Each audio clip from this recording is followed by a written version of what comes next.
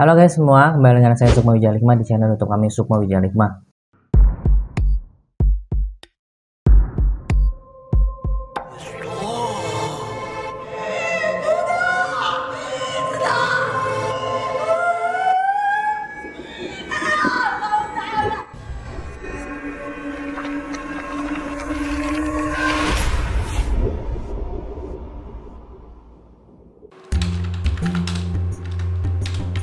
Ki, jadi Jumatan gak Ki? Ya, jadilah, ayolah.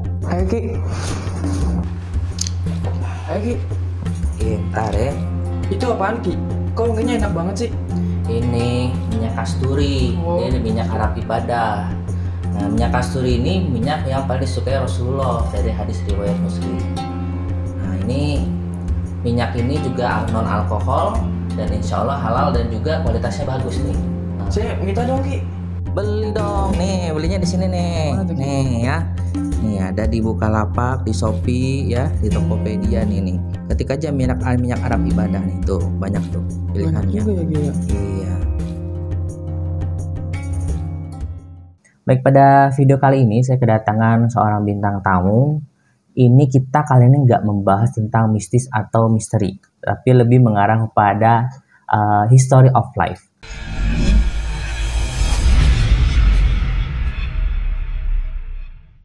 Nah, langsung aja kita sambut Mbak Putri. Halo. Halo Mbak Putri, akhirnya sampai juga ya. Thank you loh udah datang. Iya, sama-sama. Nah ini teman-teman, jadi ini Mbak Putri. Mbak Putri ini temennya apa ya? Temennya editor saya. Editor saya juga Putri. Jadi ini Putri 2. Ya, yang itu Putri 1, ini Putri 2 ya. Ini dan dia juga tinggal di Depok juga ya? Iya, tinggal di Sama-sama tinggal di Depok juga. Nah, jadi kita langsung aja nih.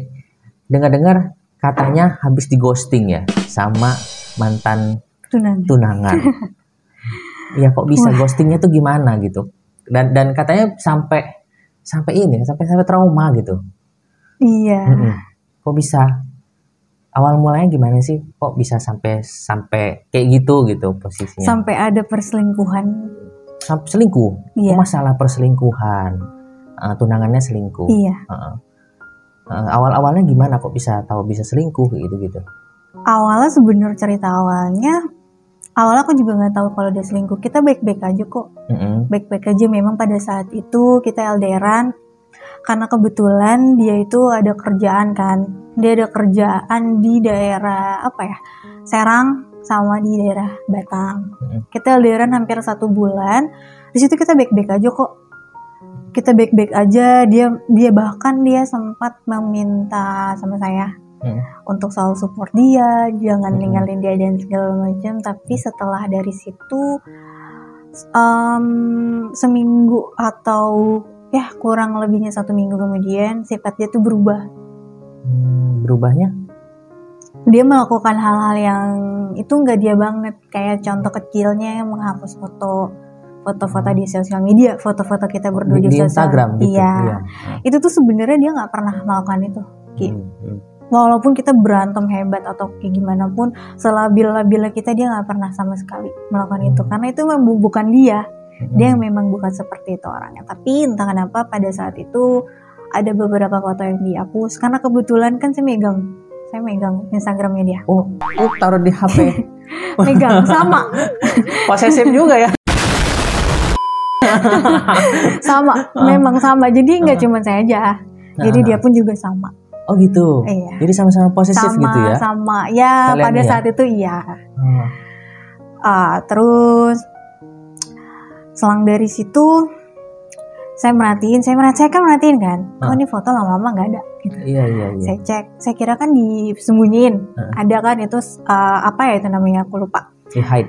Iya, di hide gitu sama dia. Ternyata enggak. Dihapus, bener-bener dihapus, dan itu bukan dia banget. Dia bukan dia banget. Sampai akhirnya ya udah cari tahu sendiri ini kenapa nih. Sambil dia ngeghosting. Jadi ya udah dia hilang gitu aja. Aku chat dia, aku telepon dia, itu sama sekali nggak diangkat. Sekitar 3 mingguan. Ada sesuatu hal yang ganjal di sosial media dia. Ada salah satu cewek yang followan sama dia. Follow-followan. Tapi kayak ngeganjal aja gitu. DM-an nggak? Kan kamu megang IG-nya. DM-an sih enggak sebelumnya ya. Sebelum itu pas aku tahu itu dia nggak sama sekali ada DM-an. Sama sekali nggak ada. Aku cuman tahu cewek itu buat story yang sama si mantan aku buat itu. Aku ngeceknya awalnya di sosial media cowokku, mantan aku, maaf. Aku ngecek sampai akhirnya aku memberanikan untuk ngefollow cewek itu. Ternyata bener, nggak ada sama sekali penjelasan dari kedua belah pihak sih. Selama aku di ghosting itu, aku tanya, ayo gitu, aku salah apa? Ayo kita ketemu yuk, pulangnya kapan? Bahkan aku sama sekali nggak tahu dia pulang dari Batam itu kapan. Dia di Batam kerja. Jadi kalian tuh LDR itu sekitar berapa lama udah jalan tuh? Ya sekitar hampir satu bulanan deh. Oh baru 1 bulanan. 1 bulanan LDR, baru 1 bulan LDR. Jadi sebelum-sebelumnya kan kalian bareng-bareng itu tidak terjadi apa-apa, fine aja gitu ya. Tapi semenjak LDR itu dia mulai berubah gitu. Mulai berubah. Dan di situ udah bener-bener mulai berubah. Bahkan sebelumnya kan di Serang. Di Serang tuh kita masih biasa aja, teleponan, segala macem. Setelah dia pulang, dia izin kan, dia bilang kayaknya aku bakalan jalan lagi nih ke daerah Batam karena ada sesuatu kerjaan kayak gitu. Oh ya udah, sebelum dia berangkat, dia pulang ke rumah dari Serang itu, dia pulang ke rumah nyiapin barang-barang. Dia sempet bilang ke saya biar saya tuh nggak ninggalin dia gitu. Kata-katanya gimana? Yang ada yang saya ingat aja, yang aku masih ingat aja. Manis-manisnya. Iya. Kamu jangan tinggalin aku ya. Support aku terus. Temenin aku terus kayak gitu sih. Lebih kayak gitu, itu masih inget banget kok. Itu masih chattingan. Masih chattingan tuh malam ya, malam sebelum dia pergi. Besoknya dia pergi. Malamnya sebelum dia berangkat ke Batam itu. Malam kan dia pulang ke rumah, nyiapin barang, habis itu dia harus ke kantornya dia lagi karena persiapan barang-barang yang mau dia bawa itu kan. Lebih kayak gitu. Itu baik-baik aja kok. Awal dia berangkat ke sana itu masih baik-baik aja kita.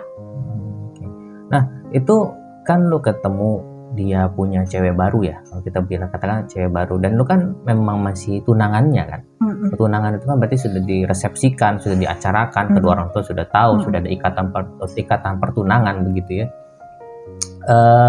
Itu apa sama namanya, cewek itu orang Batam yang lu pergokin itu?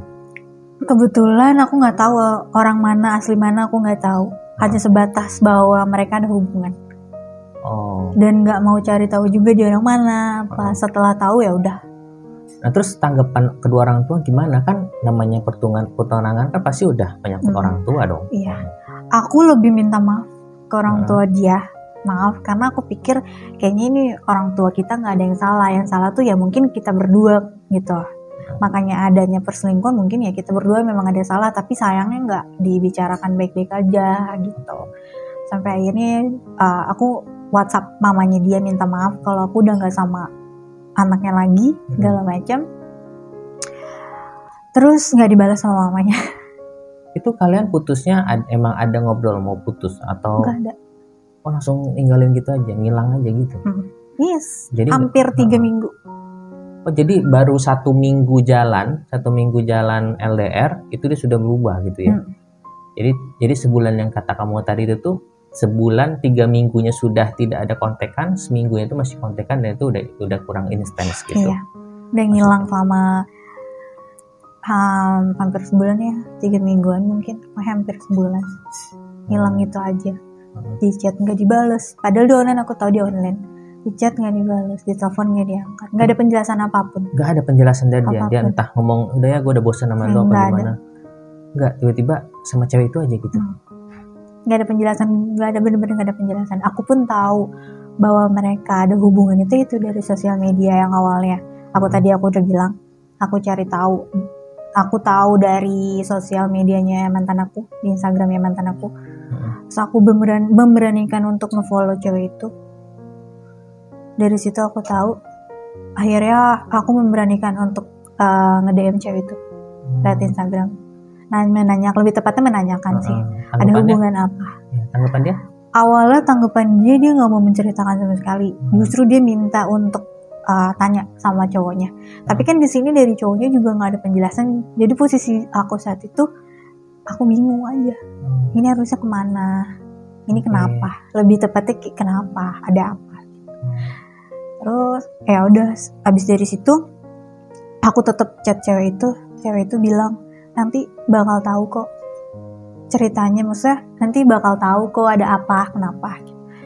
Nggak lama itu, kira 10 menit atau 5 menit, pokoknya nggak lama dari aku chat itu, aku ngeliat di sosial media Instagram mantan aku buat story Instagram. Itu foto berdua sama cewek itu di suatu tempat yang nggak tahu juga aku di mana. Kayak lebih menunjukkan aja mungkin ya, ini logo udah sama dia kasarnya gitu. Cuman siapa dari sih situ, nama IG-nya? Penasaran gua. Kepo deh, gua mulai timbul kepo nih ya. Gitu. Oke. Nah terus ceweknya nggak jelasin apa-apa, ibunya pun orang tuanya nggak jelasin apa-apa kan ente. Dia pun nggak jelasin apa-apa. Jadi status kalian ini sekarang gimana sebenarnya sih? Iya. Nggak, sebenarnya nggak tahu juga. Cuman kalau dari aku pribadi setelah melihat adanya foto itu, aku lebih kayak yang ya udah. Nggak ada kata ya udah, kata minta maaf putus itu nggak ada. Setelah aku ngelihat foto itu nggak lama si cowok itu telepon aku. Oke. Terus nggak ada omongan untuk gimana, nggak ada penjelasan panjang lebar. Seingat aku dia cuma bilang jadi kamu udah tahu. Terus ya aku tahu karena kan ngeliat storynya dia juga kan. Iya. Ya, aku cuma bilang sama dia, iya aku udah tahu, lihat dari storynya kamu. Itu terus aku cuma bilang ya udah nggak apa-apa, lanjutin. Kalau memang mau lanjut sama cewek itu ya udah lanjutin aja, nggak apa-apa. Terus aku bilang nanti sama mama kita nggak ada apa-apa. Aku juga nanti bakal ngejelasin ke orang tua kita nggak ada apa-apa gitu. Itu doang sih penjelasannya. Nggak ada apa-apa lagi dari situ. Dari situ udah memutuskan silaturahmi, karena mungkin dari ceweknya mungkin ya, dari ceweknya dia yang selingkuhannya itu nggak mau kalau aku berhubungan sama mantan aku, jadi semuanya diblokir. Nah terus dari mamamu sendiri tanggapannya gimana kayak gitu?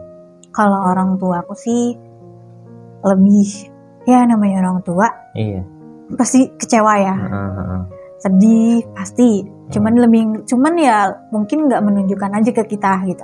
Kalau dia juga sebenarnya merasakan hal yang sama, kayak sedihnya, kecewanya. Cuman mereka lebih nenangin sih, kayak ya udah nggak apa-apa, buat pelajaran aja ke depannya. Nggak usah apa ya, kalau orang tua tuh selalu ngajarin kayak nggak usah membenci dia lah, dibiarin aja. Kalau suatu saat dia balik ya udah, misal bukan balik untuk jalanin hubungan ya, balik tuh dalam arti gimana ya, ngehubungin lagi, ya udah terima aja, doain aja yang terbaik buat dia gitu. Tapi kayaknya kamu masih sayang ya sama dia kayaknya. Dibilang sayang sih enggak ya, udah akhir-akhir ini tuh udah biasa aja. Masa bohongin saya tuh perbuatan hal-hal yang bodoh loh. Ya, kamu masih ada rasa sayang sama dia. Teringat momen-momen dulu sama dia. Keinget iya pasti ada sesekali, cuman lebih kayak gimana ya? Ya karena kan biar gimana pun dia pernah nemenin lah. Pernah bikin saya seneng juga gitu. Cuman nggak mau terlalu berharap kayak terus sama dia terus gitu. Enggak sih. Ya lebih kesininya lebih belajar untuk ya udah gitu. Kalau gitu kamu udah move on dong berarti. Udah. Kalau udah move on dong mestinya bisa cari cowok lain dong. Kenapa nggak lakukan itu? Lebih ke traumanya yang masih ada deh kayaknya Ki. Kalau trauma berarti masih sayang. Kalau misalkan saya bilang kalau seandainya cowok itu putus sama cewek itu, terus dia nyesel, dia minta maaf sama ente, terus oke, dia siap nikahin ente, dia buktikan, ente terima? Kalau soal itu aduh pertanyaannya berat juga ya. Nggak tahu sih, masih belum kepikiran. Cuman kan nggak bisa menentang untuk hal itu ya, bisa jadi diterima, cuman tergantung juga. Berarti kan masih sayang.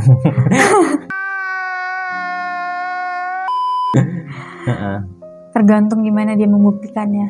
Ya, kalau gue katakan misalkan dia putus sama cewek itu, dia menyesal, dia sadar ternyata yang baru tidak lebih baik dari yang lama gitu kan. Akhirnya dia balik ke ente, dia bilang I'm sorry, gue akan proof gue nikahin lo di tanggal sekian, datengin orang tuanya, ngelamar ke tempat orang tua ente, terus ya kayak persiapan pernikahan lah, booking tempat dan macam. Lu masih mau terima dia?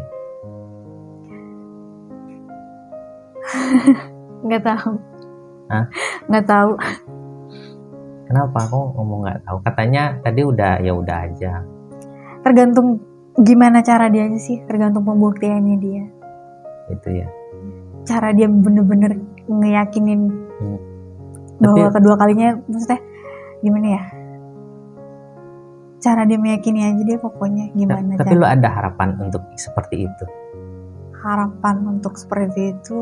Sesekali di saat lu sendiri, saat lu lagi kecewa itu, saat lu lagi diam di rumah, menyendiri di kamar, lu terangan-angan seperti itu, ada ya? Ada sesekali. Kok jadi acara penerawangan ya? Iya iya. Iya iya. Tadi bohong apa lagi? Hah? Yang nggak sayang. Gitu ya. Oke. Sebenarnya apa sih yang bikin lu suka sama dia? Sama cowok ini? Siapa sih nama cowoknya, kalau boleh tahu sebutin namanya? Sebut aja A. Sebut aja Donald Duck. Ya, A aja deh. Iya, sebut aja A, Mr. A. Apa yang lu suka dari dia? Dulu Ya dulu sampai sekarang. dia baik, dia bisa apa ya, sisi baiknya dia baik, dia bisa membimbing aku sebenarnya, membimbing aku. Dia bisa ngatasin aku ketika aku lagi emosi. Baik, bisa membimbing, tapi kok mutusin? Gimana ya? Baik itu luas. Apa misalkan yang lo suka, apa karena dia gantengnya, apakah perhatian dia? Perhatiannya dia mungkin ya. Perhatian dia ya. Ya jadi kalau misalkan ente nih apa? Misalkan tahu lagi kerja, lagi sibuk, dia nggak cuma nanya makan doang ya, dia bener-bener bawain makan gitu ya. Ya. Sampai segitu ya. Bener gak? Bener gak? Aduh. Emang dia melakukan itu? Kadang ngelakuin itu. Kadang melakukan itu. Nggak cuman sekedar, kan ada orang kalau orang pacaran cinta monyet kan, Beb udah makan belum? Udah gitu, udah hilang, udah nggak ngapain kek, entah kirimin Grab kek apa kek gitu loh, kirimin pizza ada kek. Lah beberapa, ada lah pernah. Sesekali ada lah ya. Pernah lah melakukan itu, pokoknya pernah gitu.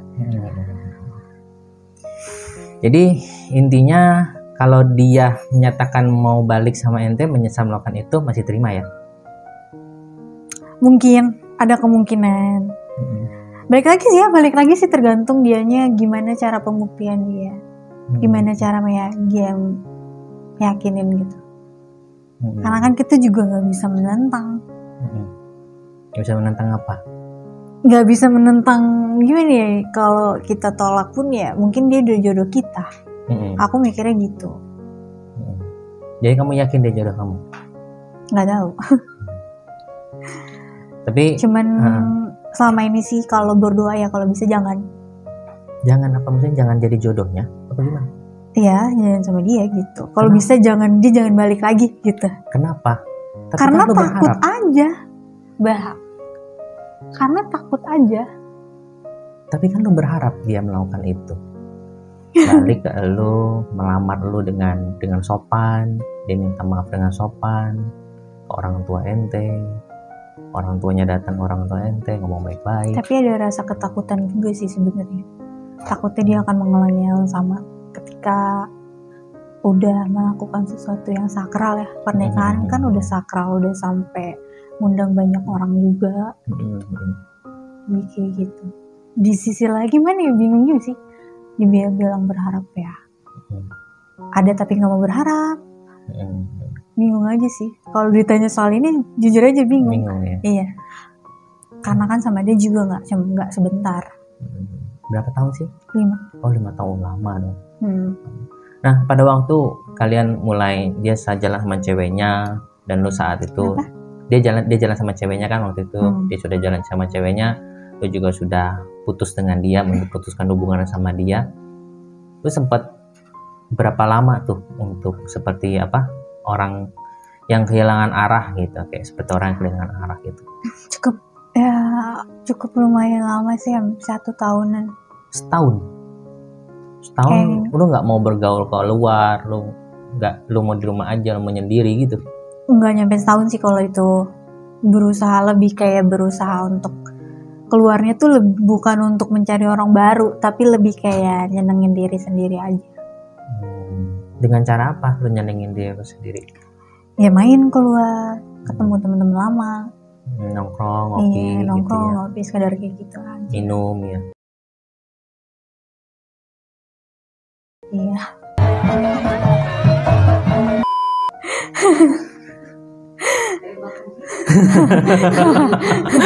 Agak mengarah nih. Mabok ya. Pas mabok nangis-nangis ya? Enggak. Mabok nangis-nangis, enggak nangis-nangis ya? Enggak. Nyemplung ke kolam renang ya? Enggak dong. Oh enggak ya? Tapi enggak sampai ke arah obat ya? Enggak, alhamdulillahnya. Belum ya? Enggak dong, jangan sampai.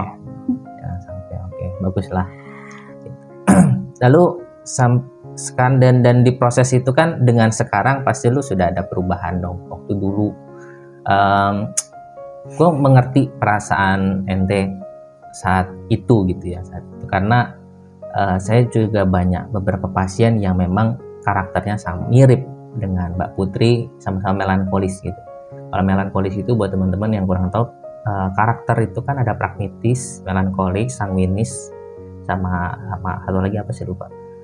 Itu dia punya karakter masing-masing, dan Mbak Putri ini salah satu memiliki karakternya melankolis. Jadi melankolis itu lebih ke arah mementingkan rasanya lebih ke arah sini dibandingkan ini gitu, dibandingkan kita logika gitu. Benar kan? Iya. Nah, jadi kalau sekalinya disakitin dia itu bisa trauma tipenya.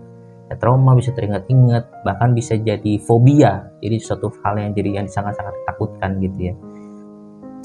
Terus pada waktu proses ente healing lah, kita ngomong healing, penyembuhan itu selain lu keluar, lu ngobrol sama nyokap gitu ya, itu ada lakuin yang lain lagi ya? Entah, kadang-kadang kan ada orang yang misalkan yang melankolis gini yang ditakutkan ya, kalau dia melankolisnya terlalu dalam, dia bisa nyeset tangan loh, bisa mau hampir bunuh diri. Nanti sampai kayak gitu? Enggak, alhamdulillah. Ya, alhamdulillah enggak ya. Enggak. Nah terus tadi kan ngobrol juga soal katanya sama mama gitu. Terus mamanya juga katanya merasakan hal yang sama. Itu maksudnya gimana merasakan hal yang sama itu? Dia nggak ngomong sih kalau orang tua, cuman lebih kayak lihat dari raut wajahnya aja kalau misalkan lagi ngelihat aku. Ya aku juga merasakan kayak sedih juga nih orang tua. Hanya karena anaknya sedih? Apa karena mungkin dia juga merasakan kali? Ya karena lu anaknya. Atau mungkin karena tapi dia nggak ngomong, tapi dia nggak mau ngomong aja. Apa karena mama pernah mengalami hal yang sama dengan ente yang alami? Mungkin bisa jadi ya. Karena ada pengalaman yang hampir sama. Oh, hampir sama? Iya. Apa tuh? Jadi orang tua, lebih tepatnya ke bokap, dia pernah melakukan sesuatu perselingkuhan juga. Tapi sekarang bokap sama nyokap sudah alhamdulillah baik-baik. Itu dulu sebelum kejadian Alex ke aku. Oh, jadi nular ya kejadiannya? Dari nyokap ke ente gitu ya? Iya mungkin, makanya jadi kayak nimbul rasa traumanya tuh itu. Karena sebelumnya udah pernah merasakan, udah pernah ngalamin nih di keluarga kayak gini, terus ngalamin diri sendiri gitu. Itu rasanya kayak gini ya gitu.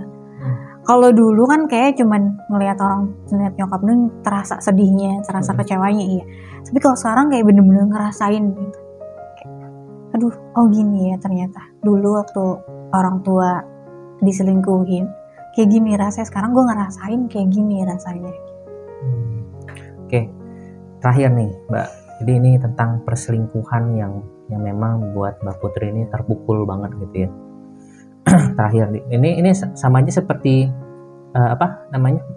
tunangan, ditinggal mantan tunangan ya berarti ya, ditinggal tunangan ya, ditinggal tunangan gimana sih kata-katanya, gue bingung. Udah tunangan ditinggalin gitu maksudnya ditinggalin gitu maksudnya. Aduh, jadi memang orang kan beda-beda ya Mbak ya, beda. Terus Mbak nggak ada kepikiran, kan Mbak tadi kan nggak mau berharap dia balik lagi, otomatis kan mau move on dong. Kalau kita ngomong, sudah mulai mencoba untuk membuka hati untuk laki-laki lain? Alhamdulillah sekarang udah mulai ada yang deket-deket lagi. Udah ada ya. Ada lah. Mudah-mudahan kalau jodoh ya. Amin. Amin ya, insya Allah ya. Cuman nggak tahu, ini saya hanya manusia biasa guys. Cuman saya pengen coba bertaruh ya. Saya tidak menjauhi Allah, saya hanya mencoba bertaruh. Kalau saya salah, maaf, karena saya juga manusia gitu. Ini cuman asal nyeblak aja gitu. Kalau saya benar, ya qadarullah gitu ya. Kayaknya Mbak balik lagi. Feeling saya sih, cuman kita lihat ke depan ya. Kita boleh jadi referensi aja gitu. Jangan terlalu dipercayai. Jadi ini aja, maksudnya, oh kisi-kisinya gini gitu. Jadi kalau seandainya benar ya qadarullah, bukan saya menentukan gitu ya. Tapi seandainya salah, ya mungkin anggap aja saya asal nyeblak gitu ya. Ya memang sih manusia kan memang punya sifat masing-masing gitu. Tapi yang saya boleh kasih saran yakni adalah kita tidak boleh membenci orangnya, tapi bencilah perbuatannya. Mungkin dia melakukan itu ada something gitu, ada something yang dia terpaksa untuk melakukan itu gitu kan. Kita who knows, kita nggak tahu. Tapi kalau emang misalkan, yakinlah kalau misalkan dia jodoh Mbak, ya cepat atau lambat dia akan balik lagi ke Mbak gitu. Makanya Umar bin Khattab pernah bilang kan, dia bilang kalau misalnya dia tidak akan pernah takut sesuatu hilang dari dirinya, karena kalau dia tahu sesuatu hilang dari dirinya berarti itu bukan milik dia, dan dia tahu kalau misalkan barang itu milik dia, maka cepat atau lambat barang itu akan balik ke dia gitu. Itu kata Umar bin Khattab begitu. Oke teman-teman semua, sampai di sini dulu, nanti Mbaknya mereknya terlalu jauh. Nanti saya bingung ya, bingung ngurusinnya gimana. Ya oke, sampai di sini teman-teman semua tentang kita ngobrol-ngobrol dengan Mbak Putri. Dan jangan lupa tonton terus video-video kita Sukma Wijaya Hikmah. Dan jangan lupa subscribe, like, and share, dan komen sebanyak-banyaknya gitu kan. Misalkan punya pengen undang siapa, misalkan kita pengen podcast horor atau podcast seperti gini, History of Life, silahkan diketik di kolom komentar. Oke teman-teman semua, sampai ketemu di video-video selanjutnya. See you, bye-bye.